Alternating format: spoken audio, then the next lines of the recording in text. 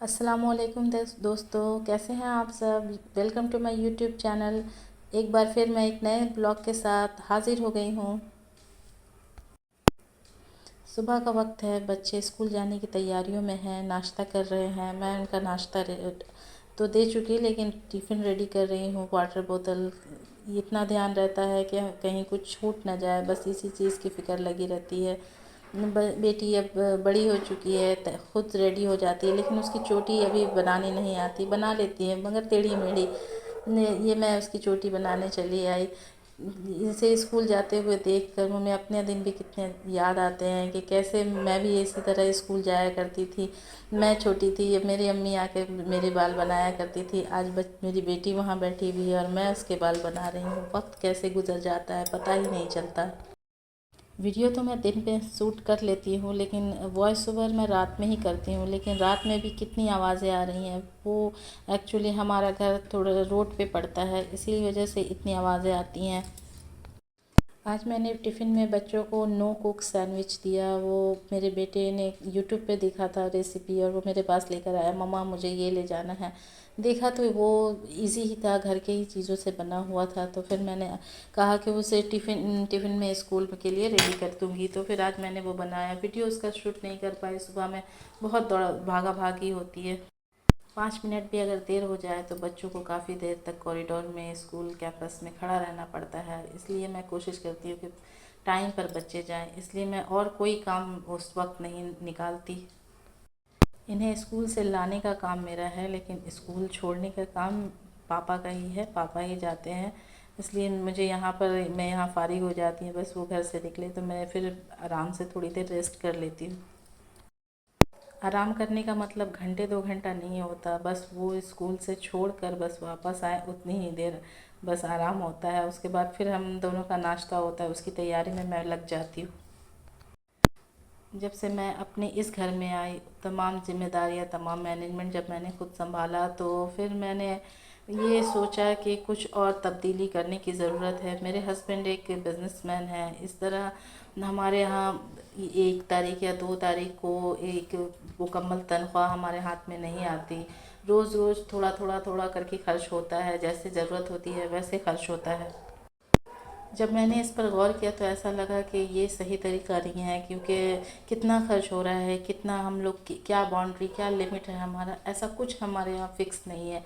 इस चीज़ को मैंने बदलने के लिए अपने घर में एक बजट बनाया, अपने हस्बैंड से बात की और वो भी इस चीज़ को राज़ी हुए। फिर मैंने ही अपने घर में एक बजट बनाया, जो आपसे भी आज मैं शेयर करूँगी। बहुत सारे मेरे वीडियो देखने वाले बहनें जो होंगी, उनके यहाँ भी बिज़नेस का ही वो बिज़नेस का ही उनका मास होगा, तो वो उसी तरीके से उनके यहाँ भी पैसा आता होगा कि रोज़ के रोज़ वो जितना खर्च करती हैं। इसमें भी अगर ज़रूरी है कि अगर हम एक बजट बना के चलें तो ये हमारे लिए भी फ़ायदेमंद होता है। बिज़नेस में 1 तारीख को पूरे महीने का खर्च निकाल लेना ये मुमकिन नहीं होता। इसलिए इस चीज़ को मैंने 4 हफ्ते, एक जो महीने में होते हैं, मैंने उसे अलग अलग 4 तरीक़ों में डिवाइड किया है। हर हफ्ते मैं अब एक फ़िक्स अमाउंट मैंने किया है, जो मैं अपने हस्बैंड से घर चलाने के लिए, घर मैनेज करने के लिए लेती हूँ। पहला हफ्ते के लिए जो मैं पैसे लेती हूँ, उसमें मैं पूरे महीने की ग्रोसरी करती हूँ और बच्चों की ट्यूशन फ़ीस करती हूँ। एक बड़ा खर्च रखा है मैंने, ग्रोसरी पूरे महीने की होती है। ग्रोसरी खुद में एक बड़ा खर्च है। ग्रोसरी पूरे महीने की और बच्चों की छोटी छोटी ट्यूशन फ़ीस, ये मैं वो कर देती हूँ। इसमें पहले पहले हफ्ते का हो जाता है। दूसरे हफ्ते में दूध वाले का बिल होता है, फ्लैट मेंटेनेंस जाता है और इलेक्ट्रिक बिल जाता है। इसके साथ छोटे छोटे खर्च तो होते हैं, जैसे कि सब्जियां हैं, फ्रूट्स वगैरह, ये तो कच्ची चीज़ें हैं, ये इसको तो हर हर हफ्ते अलग अलग करना ही पड़ता है।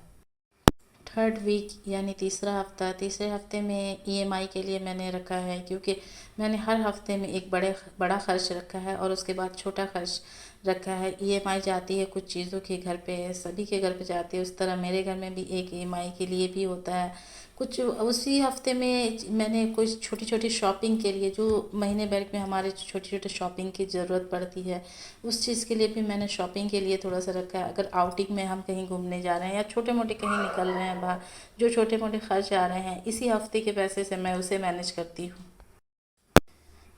इसके बाद लास्ट वीक चौथे हफ्ते में मैंने रखा है कि स्कूल की फ़ीस देनी होती है। स्कूल की फ़ीस एक बड़ा खर्च होता है। उसके बाद थोड़े बहुत जो पैसे बचते हैं उसको मैं अपने सेविंग के लिए रखती हूँ। देखती हूँ कि अगर पूरे महीने में वो अगर नहीं यूज़ हो रहा है तो मैं उसे फिर सेव के लिए रख लेती हूँ। वैसे तो सेविंग बहुत कम ही होती है, लेकिन कुछ तो करना ही पड़ता है। इस तरह मैं अपने पूरे महीने का खर्च मैनेज करती हूँ। आप भी अगर चाहें तो जिन लोगों के बिज़नेस है वो बिज़नेस से भी इस तरह से बिज़नेस पे भी कोई लोड नहीं पड़ेगा और आपके घर के अखराजात भी बहुत लिमिटेड हो जाएंगे, एक लिमिट फ्रेम हो जाएगा। तो उससे में आप फिजूल खर्च, ऑनलाइन शॉपिंग, इस तरह की चीज़ों से बचेंगे। ये मेरी शॉपिंग की लिस्ट है। एक मैंने शॉपिंग की लिस्ट रेडी की है जो महीने में मेरे घर पे जितना कुछ लगता है वो सारी चीज़ें मैं इस पे लिख कर रखती हूँ, जितना कुछ भी। अब मुझे याद करने की ज़रूरत नहीं है कि क्या मंगवाना है और क्या नहीं मंगवाना। बस देखती जाती हूँ कि क्या है और क्या नहीं है और किन चीज़ों की ज़रूरत है। बस उसी तरह ये एक लिस्ट बन जाती है और ये मेरे लिए बहुत ईजी हो जाता है। आप लोग भी कभी ये ट्राई करके देखिएगा। ये चीज़ें मैंने जब से शुरू की हैं, कुछ हुआ है या नहीं हुआ है, लेकिन मुझे ऐसा लगने लगा है कि मेरे खर्चे अब एक फ्रेम में आ गए हैं। मैं खुला खर्च करने से बच गई हूँ, रुक गई हूँ। ये मैं आज अपना एक्सपीरियंस मैंने आपके साथ शेयर किया। अच्छा लगा हो तो प्लीज़ मेरे वीडियो को लाइक कीजिएगा और मेरे चैनल को सब्सक्राइब कीजिएगा। मेरा नया चैनल है, मुझे सब्सक्रिप्शन मेरे बहुत कम, सब्सक्राइबर मेरे बहुत कम हैं, इसलिए प्लीज़ मेरे चैनल को सब्सक्राइब कीजिएगा। अगले ब्लॉग में मिलते हैं फिर। अल्लाह हाफिज़।